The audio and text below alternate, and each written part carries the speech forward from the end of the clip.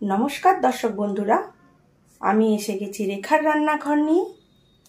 आज आमी रान्ना करब बांगालिर एकटी अत्यंत जनप्रिय और सुस्वादु रेसिपि पटल चिंगड़ी बा चिंगड़ी पटल जेटाई बोलुन।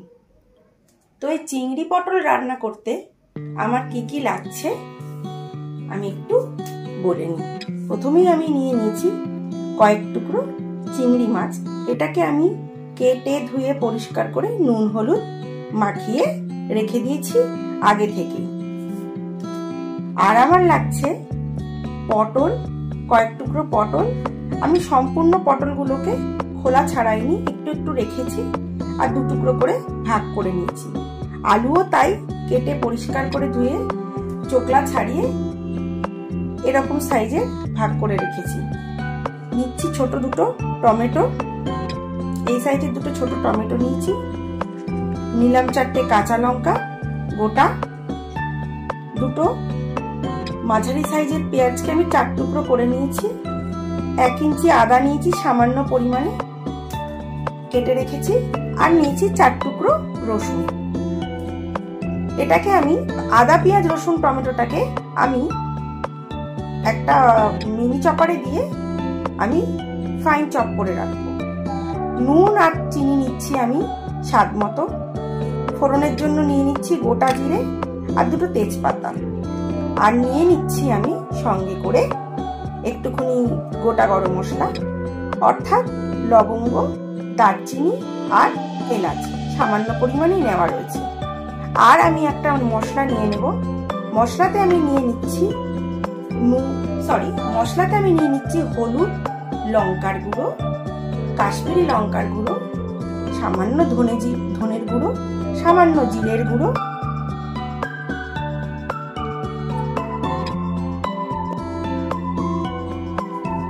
আমি একটা মশলা নিয়ে নিচ্ছি। মশলাতে আমি নিয়ে নিচ্ছি হলুদের গুঁড়ো, লঙ্কার গুঁড়ো, কাশ্মীরি লঙ্কার গুঁড়ো, জিরে, ধনে আর সামান্য গরম মশলার গুঁড়ো, আর রান্নার জন্য নিয়ে নিচ্ছি আমি সরষের তেল। এবার আমি রান্নাটা শুরু করব। আমি মিনি চপারে এই পেঁয়াজগুলোকে নিয়ে নিলাম, সঙ্গে আদার সামান্য টুকরোটাও দিয়ে দিচ্ছি, আর দিয়ে নিচ্ছি সামান্য একটুখানি রসুন। আর এখানে যে দুটো টমেটো আছে এটাকে দিয়ে আমি একটা ফাইন চপিং করে রাখবো, একদম ঝিরি, যেটা মুখে স্বাদ পড়বে। ছোট্ট ছোট্ট পার্টিকেলস গুলো মানে রসুনের, আদার, আর খেতে খুব সুস্বাদু লাগবে। আমি এটা আপনারা চাইলে পেঁয়াজটাকে কুচিয়েও নিতে পারেন, আদা রসুনটাকে বেটেও নিতে পারেন, বাট আমি এভাবে করাটাই প্রেফার করি। এভাবে করলে একটা অদ্ভুত সুন্দর টেস্ট লাগে, আর মুখে ছোট ছোট একটুখানি আদার দানা, একটু রসুনের কুচি, এগুলো মুখে পড়লে খেতেও খুব দারুণ সুস্বাদু লাগে। তো চলুন আমি একটা পেস্ট করে নিয়ে রান্নাটা শুরু করি। ওভেনে আমি একটা কড়া নিয়ে নিলাম, নিয়ে গ্যাসের ফ্লেমটা অন করে নিয়েছি। একটু আঁচটা বাড়িয়ে নিলাম যাতে কড়ার যে জলটা রয়েছে সেটা শুকিয়ে যায় তার জন্য। এবার আমি কড়াতে একটু সর্ষের তেল দিয়ে নিচ্ছি, কারণ পুরো রান্নাটাই আমি সর্ষের তেলে করব, তাই একটু সর্ষের তেল দিয়ে নিলাম। নিয়ে আঁচটা বাড়ানোই আছে, তেলটা গরম হওয়ার জন্য আমি অপেক্ষা করছি। ওপর থেকে হাত দিলে গরমের মাত্রাটা বোঝা যায়।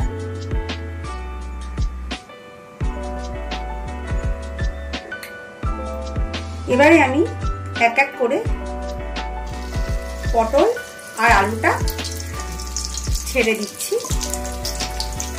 আপনারা চাইলে ভাগে ভাগে আলু আর পটলটাকে ভেজে নিতে পারেন, কিন্তু আমি সেক্ষেত্রে সেটা করি না। আপনারা দুটো ভাবেই করতে পারেন। প্রথম ভাগে আলু অথবা পটল যে কোনো একটা হোক আপনি পাটকে ভেজে নিতে পারেন, আমি সেটা করি না। আমার একটু সময় সাশ্রয়ের জন্য আমি দুটোকে একবারেই করে নিই, তবে খেতে ব্যাপারটা একই লাগবে। সম্পূর্ণটা নির্ভর করছে আপনি রান্নাটা ঠিক কীভাবে করলেন তার উপরে। আমি হালকা করেই একটু ভেজে নেব।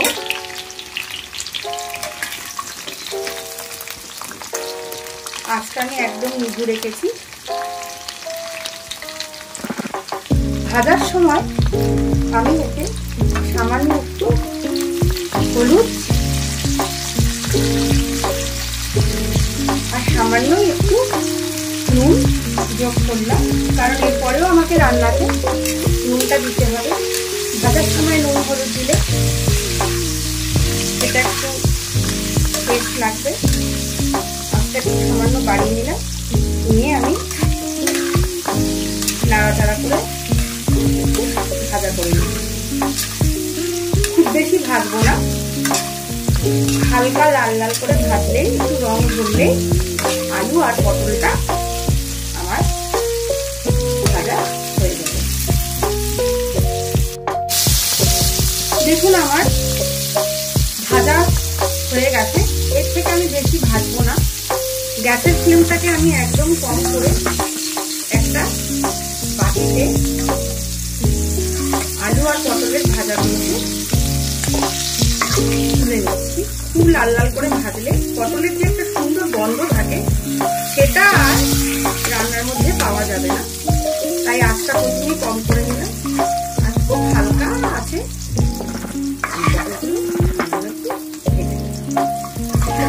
একটা পাত্রে তুলে নিচ্ছি।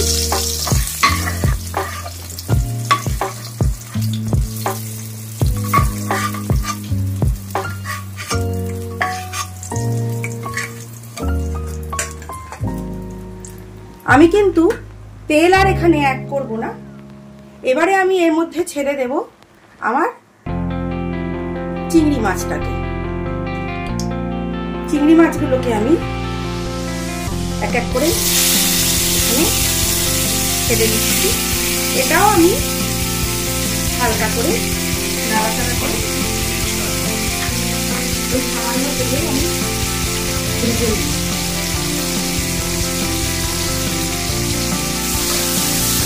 যেহেতু নুন হলুদ মাখা আছে, আলাদা করে আর আমি এটা দিলাম না। খুবই হালকা আছে, জাস্ট সামান্য নাড়াচাড়া করে ভাজবো। হালকা ভাজা হতে থাকুক আর আমি এখানে ঢাকনাটা দিয়ে নিলাম 2 মিনিটের জন্য। হালকা ভাজা করে এপিট ওপিট নেড়ে নিলেই আমার চিংড়ি মাছটা ভাজা হয়ে যাবে। চিংড়ি মাছ যদি বেশি ভাজি তাহলে ওর যে স্বাদটা নষ্ট হয়ে যাবে, দ্বিতীয়ত হচ্ছে চিংড়ি মাছটা শক্তও হয়ে যাবে। তাই নরম আছে চিংড়ি মাছটা ভাজলে ভাজাও হয়, তো আমি ঢাকা দিয়ে রাখলাম জাস্ট 2 মিনিটের জন্য। মাছগুলো আমার ভাজা হয়ে গেছে। আমি এক এক করে যে বাটিতে আমি আলু আর পটলটাকে ভেজে রেখেছি তার মধ্যে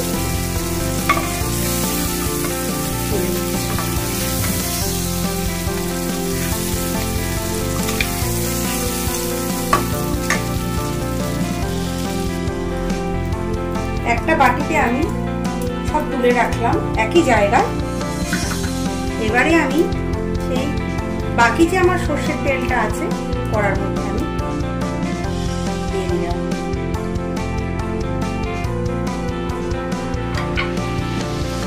আঁচটাও সামান্য বাড়িয়ে নিলাম। এবার আমি কড়াতে দিয়ে নিচ্ছি আমার গোটা জিরেটা।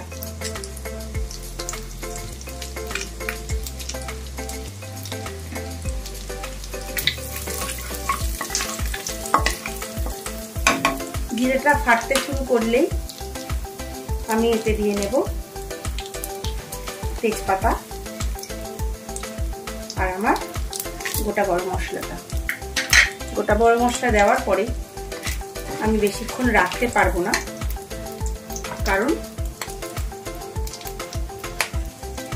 মশলাটা ফাটতে শুরু করবে। তাই আমার এই যে আমি পেস্টটা বানিয়ে রেখেছিলাম এটা এবার এর মধ্যে দিয়ে নিচ্ছি।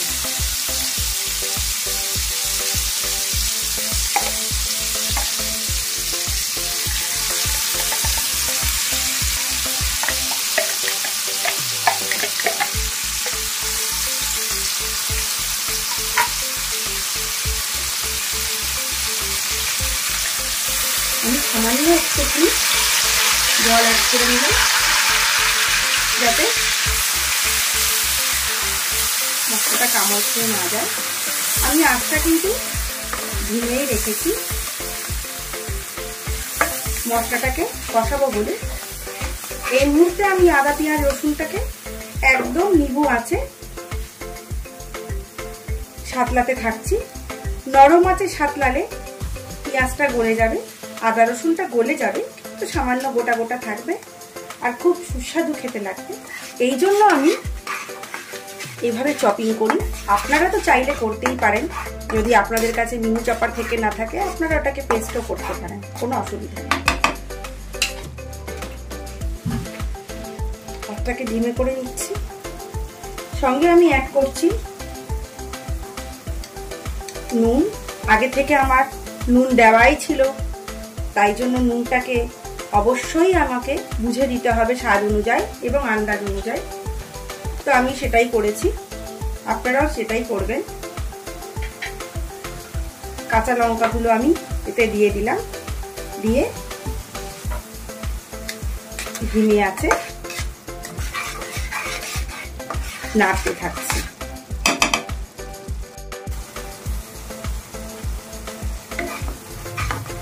কাঁচা লঙ্কা দেওয়ার পরে আমি এটাকে নুন আর সামান্য নুন দিয়েছি, মিষ্টি আমি অ্যাড করিনি যেহেতু আমার আগেই নুন দেওয়া ছিল।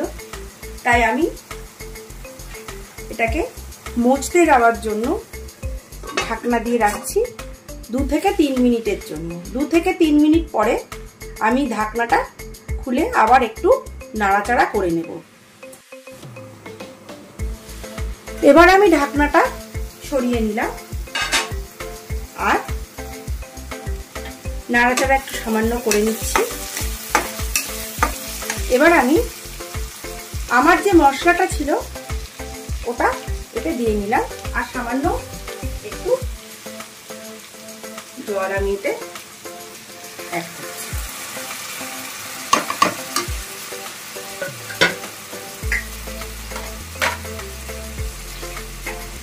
খুব বেশি জল দেব না, মশলাটাকে আমার মজাতে হবে। আর আমি চিনিটা দিয়ে নিলাম। চিনিটা আমি বুঝেই নিয়েছিলাম যে আমার কতটা লাগবে। এরপরে আমি সামান্য একটু নাড়াচাড়া করব 2 মিনিটের জন্য। জলটা না দিলে আমার এই যে পেঁয়াজ রসুন ভাজা ভাজা হয়েছে সেটা পুড়ে যাবে, তাই সামান্য জল দিলে মশলাটা মজতেও থাকবে।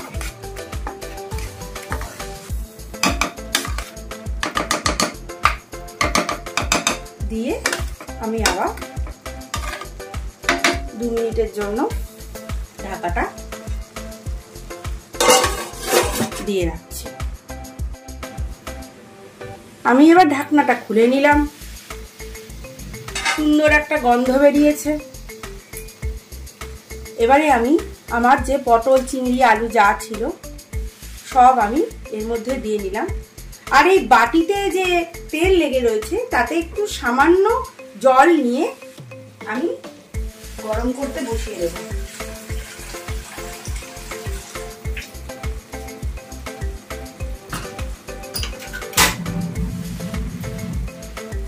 তো এবারে আমি এটাকে একটু নাড়াচাড়া করে নিচ্ছি, মশলার সঙ্গে মিশিয়ে নিচ্ছি।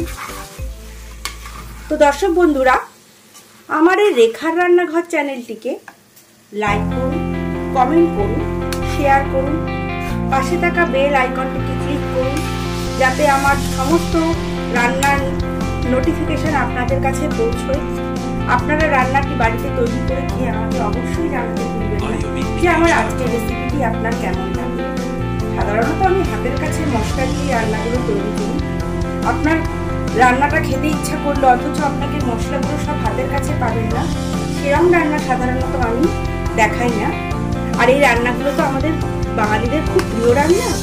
আমরা সবসময় বাজারে গেলে চিংড়ি মাছ নিয়ে আসি, তো নতুন নতুন রান্না আমরা কিভাবে করব সেটাও আমাদের মাথায় রাখতে হয়। চটজলদি রেসিপিগুলো খেতেও খুব সুস্বাদু হয়। তো দর্শক বন্ধুরা, আপনারা আমার এই রান্নাঘরটিকে রেখার রান্নাঘরটিকে আপনারা লাইক, কমেন্ট, শেয়ার করুন। আপনাদের সঙ্গে রান্নাগুলোকে শেয়ার করে আমাকে অবশ্যই জানাতে ভুলবেন না। আপনারা একটু উত্তরের অপেক্ষায় থাকবেন। আপনাদেরও যদি কোনো রেসিপি জানা থাকে আপনারা অবশ্যই আমাকে কমেন্ট বক্সে জানিয়ে সেটা আপনাদের অভিজ্ঞতা শেয়ার করতে পারেন। তো আমার এইভাবে রেখে আমি 2 মিনিট মশলাটাকে ধিমে আঁচে রাখবো এবং 2 মিনিট বাদে মশলা থেকে যে তেলটা ছেড়ে বেরিয়ে যাবে সেটা জন্য অপেক্ষা করব। তো আমি সামান্য ঢাকা দিয়ে রাখলাম আর জলটা গরম করে দিচ্ছি। ঠিক 2 মিনিট বাদে ঢাকনাটা আমি খুলে নিলাম। 2 মিনিট হয়ে গেছে। আমি আঁচটা নিভিয়ে রেখেছি।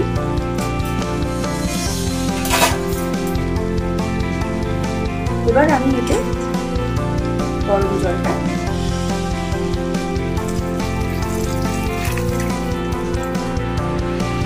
অ্যাড করে দিলাম।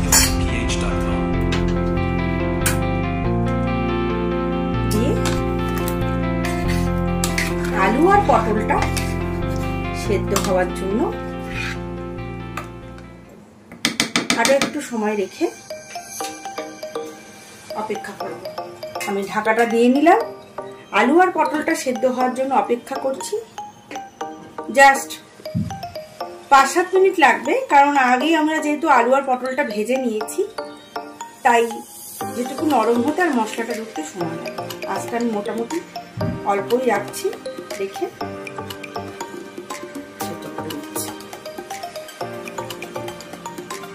আমি ঢাকনাটা খুলে নিচ্ছি। আহা, কি অপূর্ব গন্ধ বেরিয়েছে। আলু সিদ্ধ হয়ে গেলে রান্না হয়ে যায়, কারণ পটল সিদ্ধ হতে বেশি সময় লাগে না। তো যাই হোক, দেখুন আলুটা সিদ্ধ হয়ে গেছে। আমি গ্যাসের ফ্লেমটা এবারে অফ করে দিচ্ছি।